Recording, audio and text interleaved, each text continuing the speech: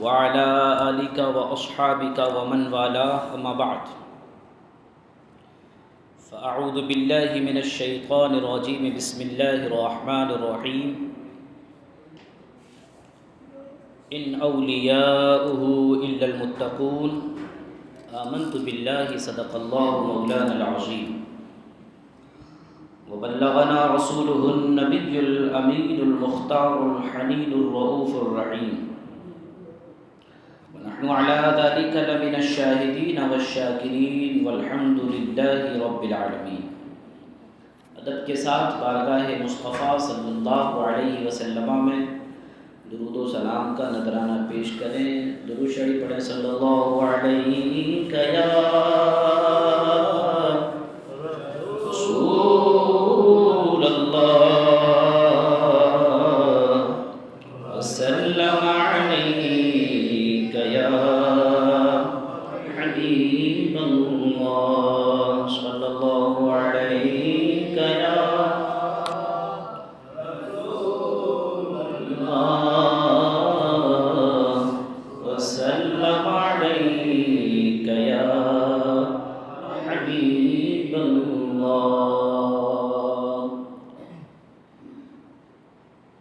مشہور زمانہ سیدی سرکار غوث پاک رضی اللہ تعالی عنہ کی بارگاہ میں استغاثہ ہے۔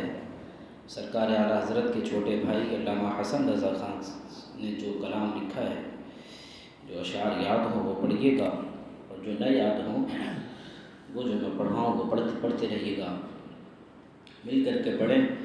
امداد کن از بند غم آزاد کن، در دین و دنیا شاد کن، در دین و دنیا شاد کن، یا غوث اعظم دستگیر امداد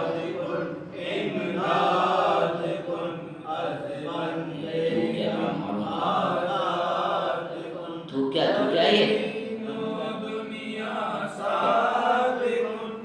در دین و دنیا شاد کن، یا غوث اعظم دستگیر امداد، تیرے ہاتھ میں نے دیا ہے، تیرے ہاتھ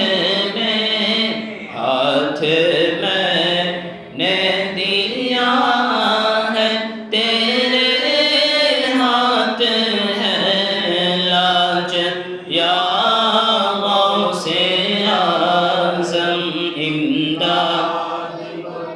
امداد کن از بند غم آزاد کن، در دین و دنیا شاد کن، در دین و دنیا شاد کن، یا غوث اعظم دستگیر امداد،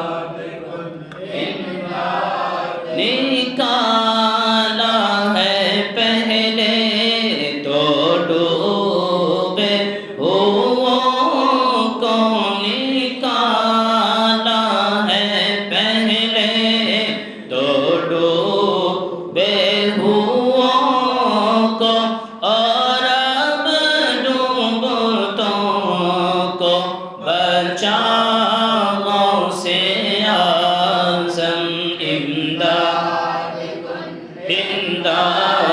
کن از رنج غم آزاد کن، در دین و دنیا شاد کن، در دین و دنیا شاد کن، یا غوث اعظم دستگیر امداد،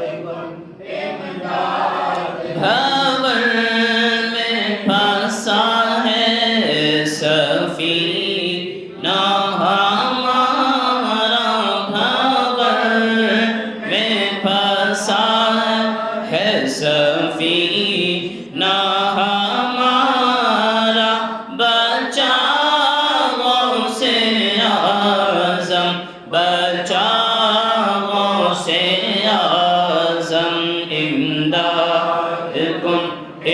امداد کن از رنج غم آزاد کن در دین و دنیا شاد کن در دین و دنیا شاد کن یا غوث اعظم دستگیر امداد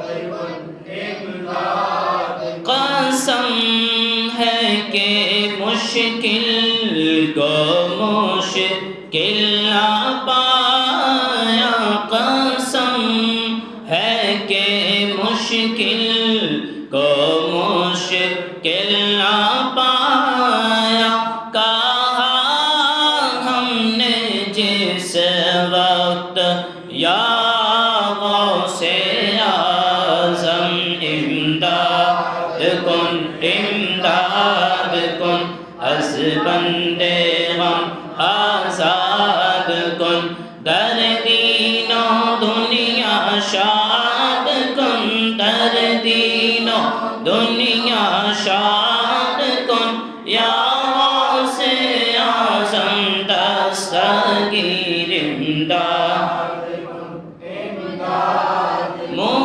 مریدوں کو خطرہ نہیں بحر غم سے مریدوں کو خطرہ نہیں بحر غم سے کہ میرے کے ہیں نا خدا غوث اعظم امداد امداد کن از بند غم آزاد کن در دین و دنیا شاد کن در دین و دنیا شاد کن یا غوث اعظم دستگیر امداد کہے کس سے جا کر حسن اپنے دل کی کہے کس سے جا کر حسن اپنے دل کی سونے کون تیرے سوا غوث اعظم امداد امداد کن از بند غم آزاد کن در دین و دنیا شاد کن در دین و دنیا شاد کن یا غوث اعظم دستگیر امداد کن امداد کن از بند غم آزاد کن در دین و دنیا شاد کن در دین و دنیا شاد کن یا غوث اعظم دستگیر امداد کن امداد کن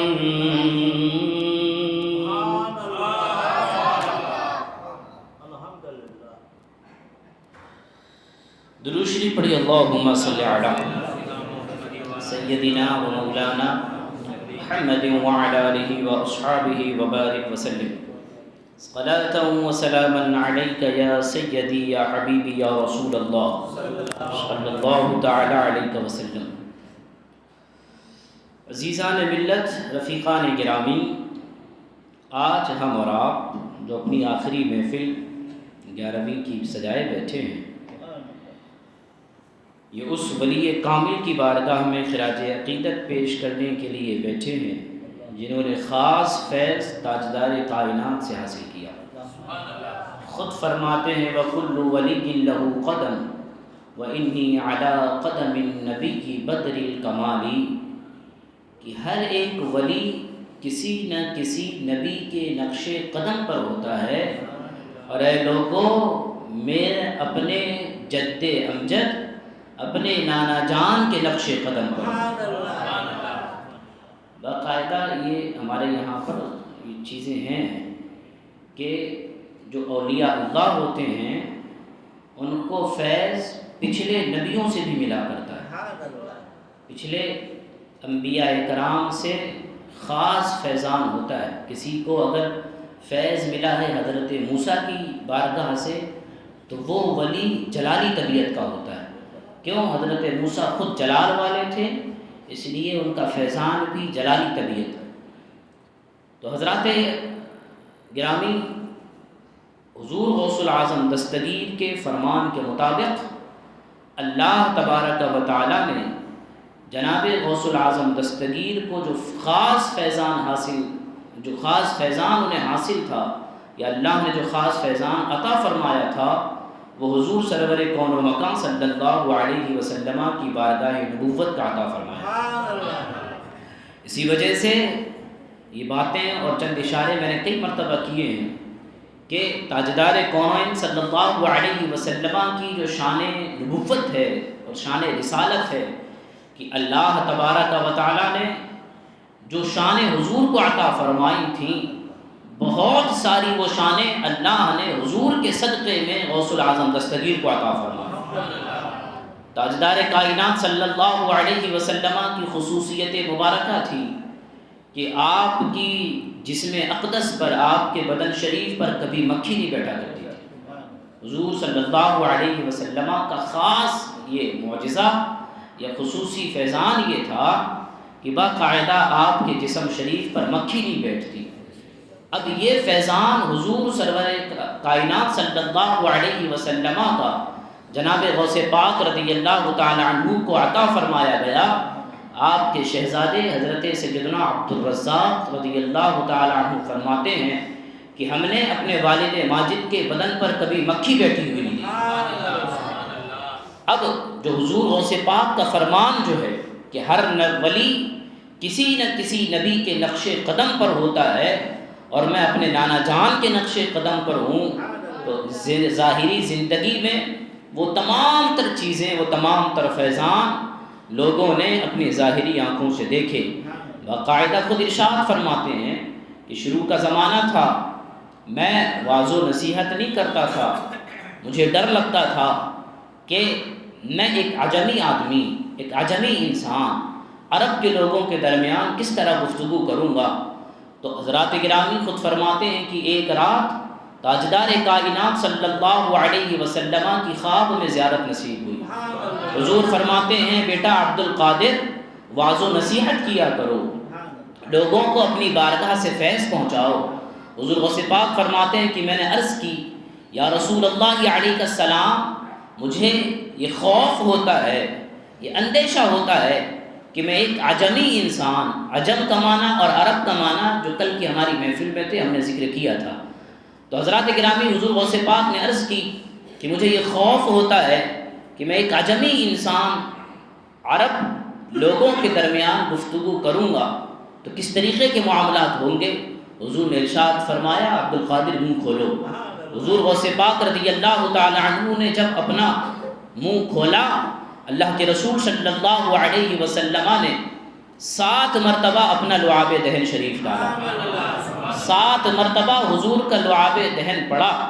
پھر حضور غوث پاک پھر فرماتے ہیں کہ پھر اس کے بعد میرے جد امجد حضرت مولائے کائنات رضی اللہ تعالی عنہ کی زیارت نصیب ہوئی۔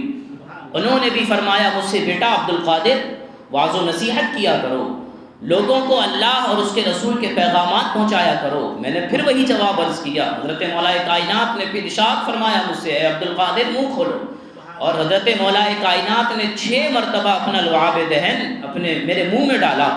میں نے عرض کی حضور آپ نے 6 مرتبہ کہا، اس سے پہلے حضور 7 مرتبہ ڈال کر کے گئے ہیں تو ان کی برابری نہیں کر سکتا میں۔ اب جب یہ فیضان تاجدار کائنات اور تاجدار ولایت حضرت مولائے کائنات کی بارگاہ سے تاجدار ولایت حضرت سیدنا غوث العظم دستگیر کو عطا ہوا، تو پھر شان یہ ہوئی کہ باقاعدہ محفل پاک میں جہاں انسان ہوا کرتے تھے وہیں جنات بھی ہوا کرتے تھے، اور کئی روایتیں ایسی ہیں کہ اس محفل پاک میں باقاعدہ کبھی کبھی اللہ کے فرشتے بھی آیا کرتے تھے، اور حضور غوث العظم کی دستگیری کے لیے، حضور غوث العظم کو جو ہے ہمت دلانے کے لیے کبھی کبھی خود تاجدار کائنات تشریف لایا کرتے تھے۔ اور بہت سارے نبیوں کا نام آیا ہے کہ جب حضور غوث پاک واعظ و نصیحت فرماتے تو انبیاء کرام اپنی روحانی طاقتوں کے ساتھ اس مجلس میں تشریف لاتے اور وہ مدد فرمایا کرتے، پیچھے سے ان کا سپورٹ ہوتا اور غوث پاک بیان کرتے ہوتے. پھر شان بھی یہ ہوتی نا، میں نے کئی مرتبہ عرض کیا ہے کہ 70,000 کا مجمع ہو سامنے، اور اگر بولنے والا اور بیان کرنے والا عبد القادر جیلانی ہو تو جس طریقے سے ایک پہلا انسان قریب میں بیٹھا ہوا ہے، جس آواز کو وہ سنتا ہے، 70,000 کے مجمع میں جو پیچھے بیٹھا انسان ہے وہی آواز وہ سنا کرتا تھا. تو عزیزان ملت، یہ شان اللہ تبارک و تعالیٰ نے ہمارے اور آپ کے غوث العظم دستگیر کو عطا فرمائی. آپ سے خود پوچھا گیا کہ حضور آپ بتائیے کہ آپ کو کب پتہ لگا کہ آپ اللہ کے ولی ہو؟ آپ کو یہ بات کب پتہ لگی کہ اللہ نے آپ کو ولایت عطا فرمائی ہے؟ فرماتے ہیں کہ ہوا یہ، جب میں پڑھنے کے لیے جایا کرتا تھا، بچپنے کا زمانہ تھا، تقریباً 7-8 سال کی عمر تھی. گھر سے جب مدرسے جاتا تو کیا دیکھتا کہ 2 نورانی شکل والے میرے ساتھ چلا کرتے تھے، اور وہ نورانی شکل والے مجھے گھر سے لے کر کے چلتے، گھر میں نہیں ہوتے، باہر لیتے، وہ مجھے ریسیو کرتے وہاں سے اور مدرسے چھوڑ دیتے. اور جب میں مدرسہ پہنچتا تو وہ نورانی شکل والے باقاعدہ اعلان کرتے تھے، اے لوگو اللہ کے ولی کے لیے جگہ خالی کرو، اے بچوں اللہ کا ولی آیا ہے اس کے لیے جگہ خالی کرو. عزیزان ملت، حضور غوث پاک فرماتے ہیں کہ پھر میں تعلیم حاصل کرتا، پڑھائی کرتا، اور پھر جب چھٹی ہوتی، جب میں گھر کے لیے واپس آتا، پھر وہ نورانی شکل والے فرشتے مجھے گھر تک چھوڑ کر کے آتے تھے. مجھے اس وقت پتہ نہیں تھا یہ کون ہے.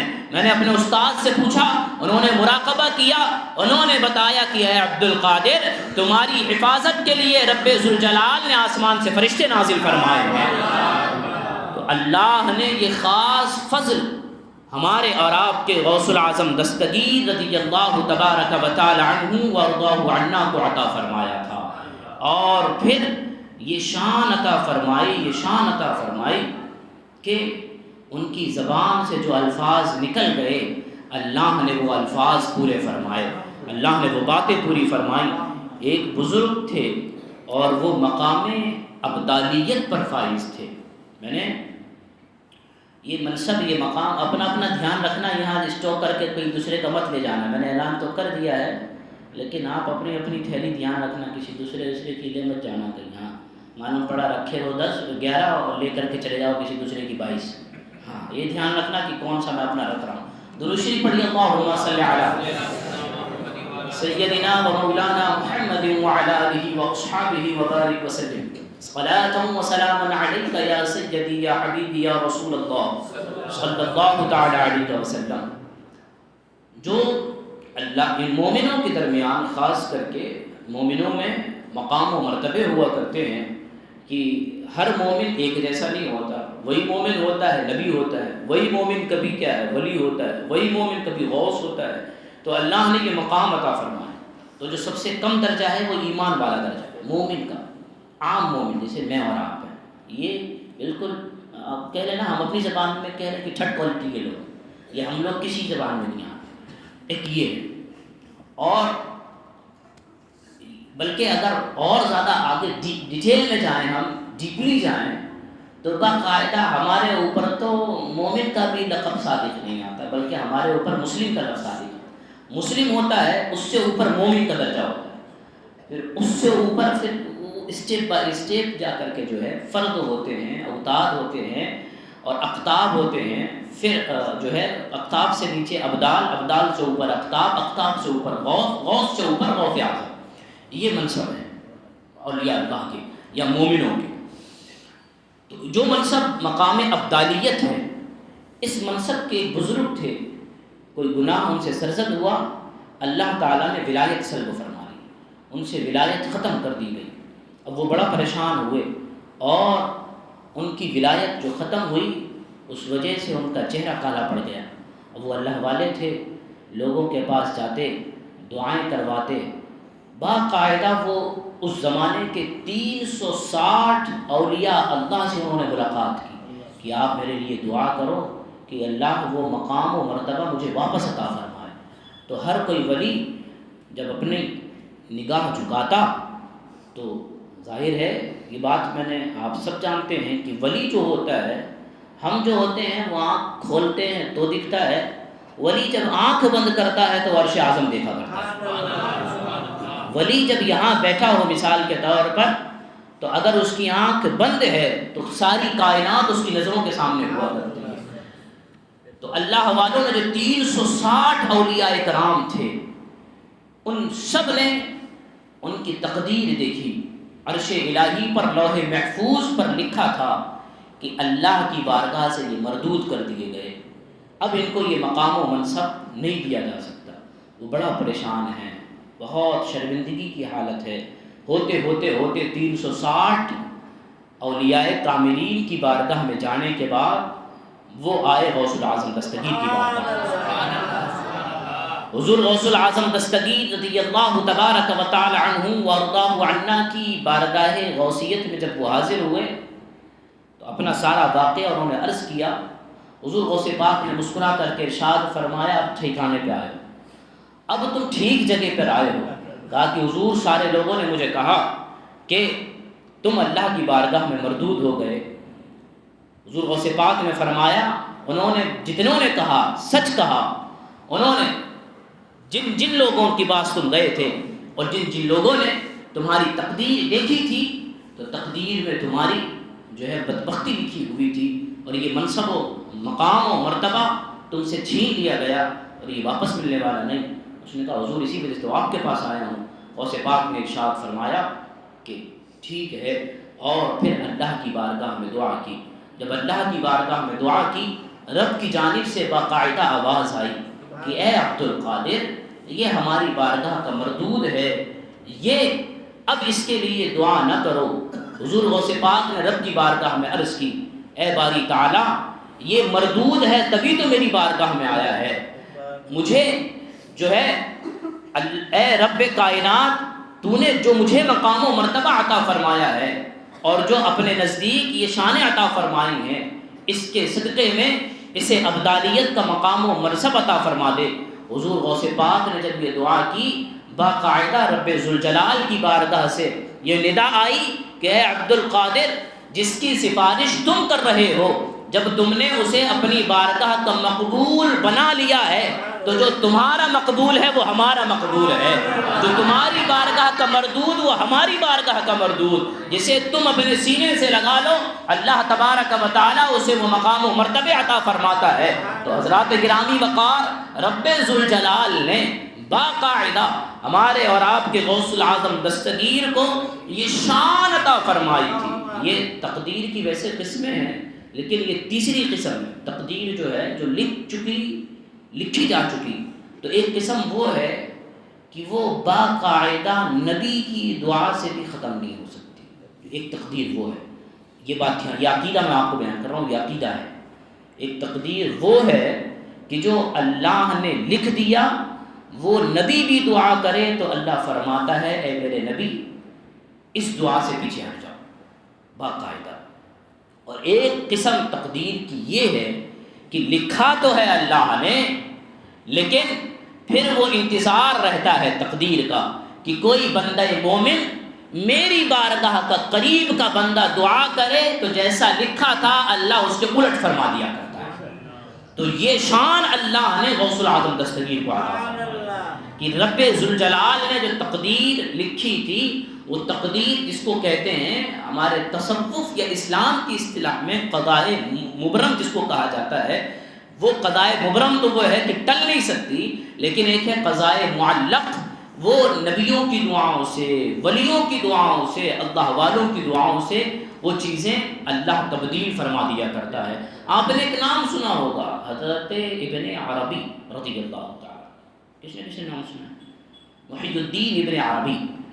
ہاں، اب چونکہ کیا وقت ہو گیا نا، کافی وقت ہو گیا، جب لاک ڈاؤن کا زمانہ تھا، ہاں میں جہاں اشارہ کرنا چاہتا ہوں آپ پہنچ گئے ہوں گے۔ جب لاک ڈاؤن کا زمانہ تھا تو ہر کسی کے ہاتھ میں موبائل تھا اور ایک ٹرکی ڈرامہ آ رہا تھا، ہر کوئی اس ٹرکی ڈرامے کو دیکھنے میں مست تھا، جس کا نام تھا ارطغرل غازی، ہے نہیں؟ ہاں، تو ہماری قوم کی بدبختی ہے، میں بہت صاف لفظوں میں کہہ رہا ہوں کہ یہ دین اور اسلام جو ہے ڈراموں سے سیکھنا چاہتی ہے، دین اسلام سے نہیں سیکھنا چاہتی۔ یہ میں نے ایک مرتبہ عرض بھی کیا تھا کہ ایک صاحب جو ہے مجھے ہاتھ ملایا انہوں نے، اور وہ یہاں ہاتھ پکڑ لیا، لیکن مجھے وہ ہوا کہ میں نے کہا بھائی یہ سلام کا طریقہ کب سے ہونا؟ تو اس نے مجھے حوالہ دیا باقاعدہ کہ وہ ترکی والے ایسے کرتے ہیں۔ میں نے کہا یار یہ رانا باؤ کا بچہ اس کی ترکی کب چلا گیا؟ مجھے یہ سب، میں نے کہا بھائی تم ترکی کب گئے تھے؟ بولے نہیں حافظ صاحب ہم نے دیکھا ہے، وہ ڈرامے میں دیکھا ہے۔ میں نے کہا کہ ڈرامے کے چکر میں مت پڑ، حضور کی سنت یہ والی ہے، حضور کی سنت یہ ہے، ڈرامے کے چکر میں پڑھ کر کے جہنم جانے کا راستہ کیوں بنا رہے؟ حضور کی سنت کو اپنا کر کے جنت جانے کا راستہ بناؤ۔ تو باقاعدہ حضور کی جو حدیث ہے آپ سن لیجیے مسافے کے تعلق سے، غالباً حضرت عبداللہ ابن مسعود کی روایت کردہ حدیث ہے کہ تاجدار کائنات صلی اللہ علیہ وسلم سے میں نے مصافحہ کیا تو حضور کی ایک ہاتھ کی ہتھیلی میرے دوسرے ہاتھ سے لگی ہوئی تھی، اور حضور صلی اللہ علیہ وسلم کا یہ والا پچھلا حصہ میرے دوسرے ہاتھ سے لگا ہوا تھا، جیسے ہم اور آپ کرتے ہیں۔ یہ والا طریقہ بھی خلاف سنت ہے۔ یہ طریقہ جو ہے جو ہم جیسے ملاتے ہیں کہ ایک کا ہاتھ دوسرے کے بیچ میں ہونا چاہیے، یہ باقاعدہ بخاری شریف کی حدیث ہے اور بہت ساری روایتوں میں یہ بات آئی۔ بہرحال تو حضرات گرامی وقار حضرت محی الدین ابن عربی رضی اللہ تعالیٰ، مقام بڑا اونچا ہے، اللہ نے بہت شان عطا فرمائی۔ ہاں جنہوں نے ڈرامہ دیکھا ہوگا ان کو بھی پتا ہوگا، وہ تو مجھ سے زیادہ جانتے ہیں کہ ان کی شان کیا ہے۔ ہاں مجھے بتایا تھا انہی صاحب نے کہ باقاعدہ وہ ارطغرل غازی کو کئی مرتبہ انہوں نے زندہ کیا ہے۔ اچھا تو بہرحال یہ بات فائنل دیکھ لیجئے کہ اسلامی ڈرامے ہوں، اسلامی سیریل ہو، اسلام کے نام پر جو ہے ٹی وی چینل ہوں، سب حرام ہیں، حرام ہیں، حرام۔ یہ بات دھیان رکھیے گا، اسلام کے نام پہ چینل ہو، ٹی وی ہو، ڈرامہ ہو، سیریل ہو، میں ان لوگوں کی بھی باتیں کر رہا ہوں، بہت کان کھول کر کے سنیے گا، جو آج سے 20 سال پہلے کہتے تھے کہ یہ چینل حرام ہے۔ آج وہ ٹی وی پر بیٹھ کر صرف ایک ہگنا موتنا نہیں آتا، باقی سب کچھ ان کا ٹی وی پر ہوتا ہے۔ تو ظاہر ہے کہ اگر 20 سال پہلے جو چیز حرام تھی وہ آج جائز کیسے ہو گئی؟ سوال بنتا ہے کہ نہیں بنتا ہے؟ جو چیز 20 سال پہلے حرام تھی تو شریعت بدل گئی کیا؟ نیا نبی آ گیا؟ بھائی جو چیز پہلے حرام تھی وہ آج حرام ہے اور قیامت تک حرام رہے گی، یہ بات دھیان رکھیے گا۔ عزیزان ملت، رفیقان گرامی، حضرت سیدنا محی الدین ابن عربی رضی اللہ تعالیٰ عنہ وارضاہ عنہ بڑے پائے کے بزرگ ہیں، اور ان کی شان کیا ہے وہ میں عرض نہیں کر رہا، میں غوث پاک کی شان بیان کر رہا ہوں۔ ان کے والد ماجد حضرت شیخ عربی، ان کا نام تھا محمد رضی اللہ تعالیٰ عنہ، وہ بارگاہ غوث میں آئے، تقریباً 50 سال کی ان کی عمر تھی، اللہ نے کوئی اولاد نہیں دی تھی انہیں۔ حضور غوث پاک کی بارگاہ میں آئے، مرید تھے حضور غوث پاک کے، عرض کی حضور اولاد نہیں ہے، دعا کی جو ہے کیجئے کہ اللہ اولاد عطا فرمائے۔ حضور غوث پاک نے آنکھیں اٹھا کر کے دیکھا، ارشاد فرمایا اے میرے مرید تمہاری قسمت میں اللہ نے اولاد نہیں لکھی ہے۔ کہا کہ حضور یہ تو مجھے بھی پتا ہے کہ میری قسمت میں نہیں ہے، جبھی تو آپ کے پاس آئے۔ اگر قسمت میں ہوتی تو آپ کے پاس آنے کی ضرورت ہی کیا تھی؟ قسمت میں نہیں ہے تبھی آپ کے بارگاہ میں آیا ہوں۔ حضور غوث پاک رضی اللہ تبارک و تعالی عنہ وارضاہ عنہ کے بارے میں آتا ہے کہ جب انہوں نے سامنے سے یہ الفاظ بارگاہ غوث میں عرض کیے تو آپ نے ارشاد فرمایا ٹھیک ہے اپنی جگہ سے اٹھو۔ حضور غوث پاک کے وہ مرید جو حضرت محی الدین ابن عربی کے والد تھے وہ اٹھے، آپ نے فرمایا میری پیٹھ سے اپنی پیٹھ ملا، میری پیٹھ سے اپنی پیٹھ ملا۔ آپ جانتے ہیں کہ یہ جو ریڑھ کی ہڈی ہے مرد کی جو ریڑھ کی ہڈی ہوتی ہے، یہاں کیا ہوتا ہے اس میں جو ہے اسپم ہوتے ہیں، جسے اردو میں منی کہا جاتا ہے، اور یہی چیز نکل کر کے نطفہ بنتی ہے اور حمل قرار پاتی ہے۔ وہ چیز نکلتی کہاں سے؟ ریڑھ کی ہڈی سے۔ جو نطفہ جس سے بچوں کی پیدائش ہوتی ہے وہ نطفہ باقاعدہ ریڑھ کی ہڈی سے نکلا کرتا ہے۔ وہ ریڑھ کی ہڈی میں مردوں کی ریڑھ کی، قرآن بیان کر رہا ہوں، قرآن کے اندر ہے یہ چیز، ٹھیک ہے؟ قرآن میں بیان فرمایا کہ مردوں کی جو نطفہ ہوتا ہے وہ ریڑھ کی ہڈی میں ہوتا ہے، اور عورتوں کا جو نطفہ ہوتا ہے وہ ان کی چھاتی کے نیچے ہوا کرتا ہے۔ یہ جگہ ہے مردوں کی اور عورتوں کے نطفہ ہونے کی، جس پانی سے دونوں کے ملاپ سے پھر ایک بچہ، ایک انسان معرض وجود میں آتا ہے، اس دنیا میں آتا ہے۔ حضور غوث پاک نے فرمایا میری پیٹھ سے اپنی پیٹھ ملاؤ۔ وہ حضرت محی الدین ابن عربی کے والد ماجد نے حضور غوث پاک کی پیٹھ سے اپنی پیٹھ ملائی، فرمایا کہ ہماری پشت میں، ہماری پیٹھ میں اللہ نے ابھی ایک لڑکا اور رکھا ہے، جاؤ ہم نے وہ تمہیں عطا فرمایا۔ وہ پیٹھ میں ہمارے ایک اور لڑکا تھا، جاؤ ہم نے تمہیں عطا فرمایا، اور ملنا تھا 9 مہینے کے بعد حضرت محی الدین ابن عربی کی ولادت ہوگی، اور شان اللہ نے وہ مقام عطا فرمایا حضرت محی الدین ابن عربی کو کہ باقاعدہ تصوف اور صوفیوں کے یہاں پر ان کا ایک بلند مقام ہے حضرت محی الدین ابن عربی کا۔ تو اب یہ دیکھیے اللہ نے یہ شان میرے اور آپ کے غوث العظم دستگیر کو عطا فرمایا۔ آپ جانتے ہیں کہ میری اور آپ کے بیچ میں کیا ہے؟ ہم کو کسی کو نہیں پتا، آپ کو ہمیں تو آپ کو یہ بھی نہیں پتا ہوتا ہے کہ یہ پیٹ سے نکلنے کے بعد اگر بیویوں کی طرف منتقل بھی ہو گیا تب بھی نہیں پتا ہوتا ہے لڑکا ہوگا یا لڑکی ہوگی، لیکن غوث پاک جانتے ہیں کہ بیچ میں ہے کیا، پھر منتقل کرنے کی، ادھر سے ٹرانسفر کرنے کی طاقت بھی اللہ نے عطا فرمائی۔